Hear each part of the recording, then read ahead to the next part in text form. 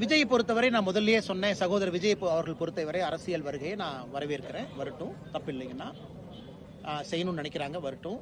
இதுல ஒரு போட்டியோ பொறாமையோ இல்லை.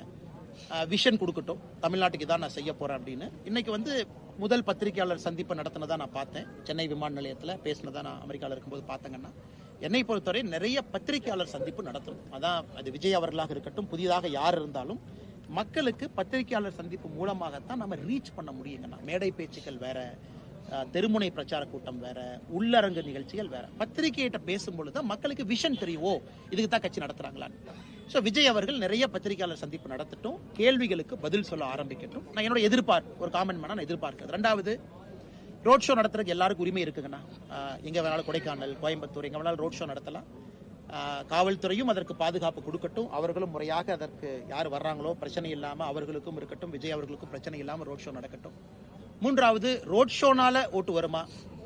நான் அரசியல் ஓரளவு கீனா பாக்குறேங்கண்ணா. ஏற்கனவே சொல்லிட்டேங்கண்ணா, திமுகவை வீழ்த்துவோம் அது வேறங்கண்ணா.